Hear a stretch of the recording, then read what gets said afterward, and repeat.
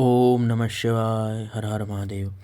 पशुप्रत व्रत के अनुष्ठान में तत्पर साधक को भगवान शिव के पूजन के पश्चात क्या क्या अनुष्ठान नियम ध्यान रखने चाहिए और उनका अनुपालन करना चाहिए, ये बताते हुए वायुदेव ऋषियों से कहते हैं। जब साधक पूजन विधान पूर्ण कर ले तो पूजा के लिए बनाया हुआ जो स्वर्ण कमल था वह और उस शिवलिंग को और भगवान शिव की प्रतिमा को शिवालय में स्थापित करवाए अथवा गुरु को आचार्य को प्रदान करे। यदि सामर्थ्य हो तो प्रत्येक व्रतधारी व्यक्ति को, ब्राह्मणों, सद्गुण सदाचारी, भगवत भक्तों, शिव भक्तों को संतुष्ट करे।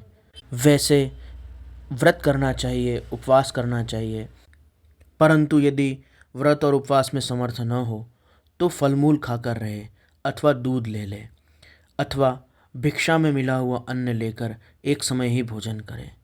रात्रि को परिमित भोजन करे, पवित्र भाव से भूमि पर सोए, भस्म, तृण अथवा मृग चर्म अथवा चीर पर शयन करे, ब्रह्मचर्य का प्रतिदिन पालन करे और इस व्रत का अनुष्ठान करे।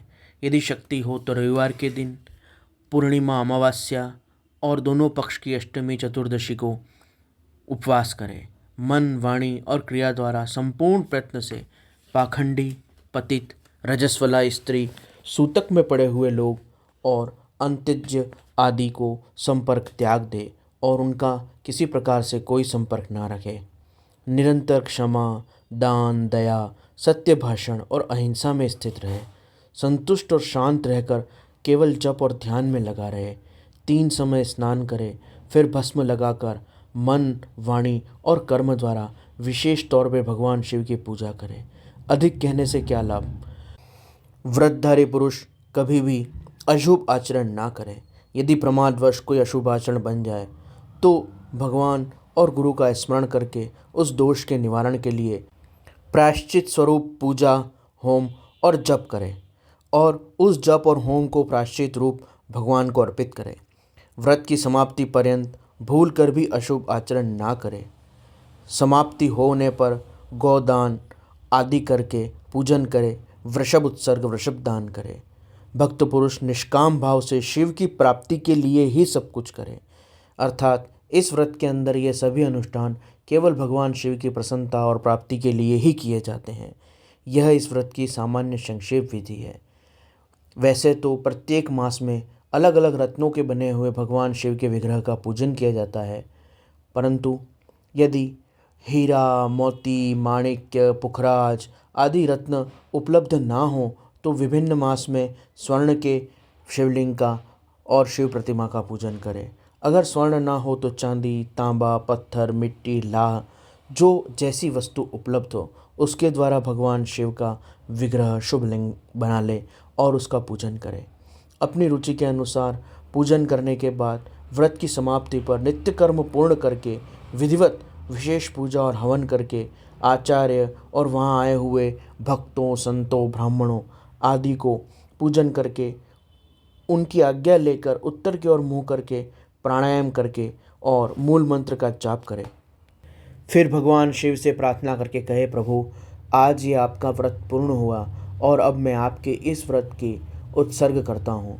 उसके बाद उत्तर दिशा में कुशा का त्याग करे, फिर दंड, चीर, जटा, मेखला आदि भी त्याग कर दे। फिर विधिपूर्वक आचमन करके पंचाक्षर मंत्र का जाप करे। जो आत्यंतिक दीक्षा ग्रहण करके जब तक शरीर रहता है तब तक इसी व्रत का अनुष्ठान करता है वह नैष्ठिक व्रती कहा जाता है। वह तपस्वी पुरुषों में श्रेष्ठ है। वह महान व्रतधारी है। जिसने केवल 12 दिन के लिए इसका व्रत किया है वह भी नैष्ठिक अनुवाद करने वाला कहा जाता है। जो इस व्रत का अनुष्ठान केवल 2 या 1 दिन के लिए भी करता है वो भी एक प्रकार का नैष्ठिक ही है, क्योंकि उसने 1 दिन की निष्ठा रखी है। जो निष्काम होकर अपना कर्तव्य मानकर अपने आप को शिव के चरणों में समर्पित करके सदा इस व्रत के अनुष्ठान में लगा रहता है उसके समान अन्य कोई नहीं है। विद्वान ब्राह्मण भस्म लगाकर महापातक जनित बड़े बड़े दुखों और दोषों से मुक्त हो जाता है एवं सबसे उत्तम गति को प्राप्त करता है, इसमें संशय नहीं। भगवान रुद्र के लिए किए गए हवन से जो उत्तम बल प्राप्त होता है वह भस्म है। अतः उस व्रती साधक को सभी समयों में भस्म लगाए रखनी चाहिए। वह भस्म बल कहलाती है और बलवान बनाती है। साधना की निष्ठा को बहुत समर्थ और पुष्ट करती है। भस्म में निष्ठा रखने वाले पुरुष के सारे दोष उस भस्म के संयोग से नष्ट हो जाते हैं। जिसके शरीर के ऊपर भस्म है, जो भस्म स्नान से शुद्ध है, वह भस्मनिष्ठ कहा जाता है। उसके सारे अंगों में भस्म लगा हुआ है, भस्म प्रकाशमान है। जिसने भस्म का त्रिपुंड लगा रखा है, जो भस्म से स्नान करता है, वह भस्मनिष्ठ माना गया है। भूत प्रेत पिशाच अत्यंत दूसरा रोग भस्मनिष्ठ से दूर रहते हैं, इसमें संशय नहीं। वह शरीर को भस्म से भासित करता है, इसलिए भासित कहा जाता है। वह पापों का भक्षण करने के कारण भस्म कही जाती है। वह ऐश्वर्य कारक, ऐश्वर्य प्रदान करने वाले होने के कारण भस्म को विभूति या भूति भी कहा जाता है। विभूति का अर्थ रक्षा करने वाली है, अतः भस्म का एक नाम रक्षा भी है। भस्म महात्म्य को और क्या कहा जाए।